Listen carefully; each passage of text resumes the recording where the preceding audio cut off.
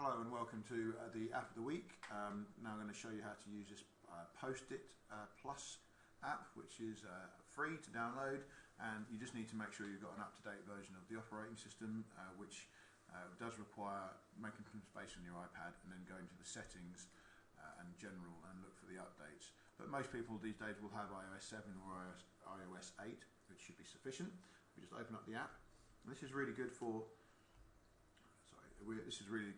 looking at a collection of post-it notes which students may put together. So you might have a student on each table, or every single student write a post-it note and then come put them on a notice board, or you might decide to do it as just a personal thing where you're doing revision notes.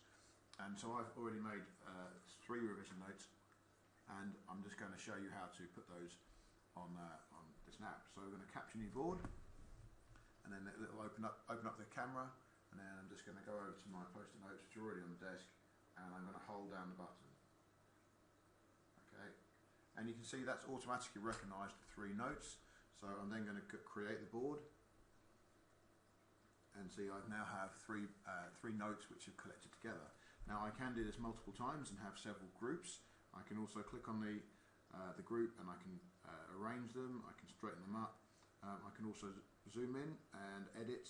So if I wanted to edit these, click on edit, and then I have the pens at the bottom, so I can either write on that, but I might not want to do that, so I'm going to undo, and actually I want to just highlight hypotenuse and adjacent on this, and then that can be done, and then shoot back out again. And then if we go back to the original spot, we can export this, so we can share the board or export the board. I'm going to share the board through mail. Okay, so this is now being exported as a PDF, which is just effectively a picture file, which is easy to open up in most viewers. I can also export the board in a different format, so I could use Excel, and I'll show you what that looks like in a second. So Excel, choose destination, and let's just mail that to myself as well.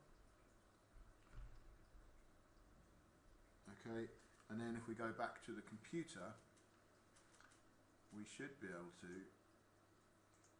look at my emails, which you can see are here. So if we first of all open up the first one, which is the PDF version, and it just literally looks like that. It's very simple.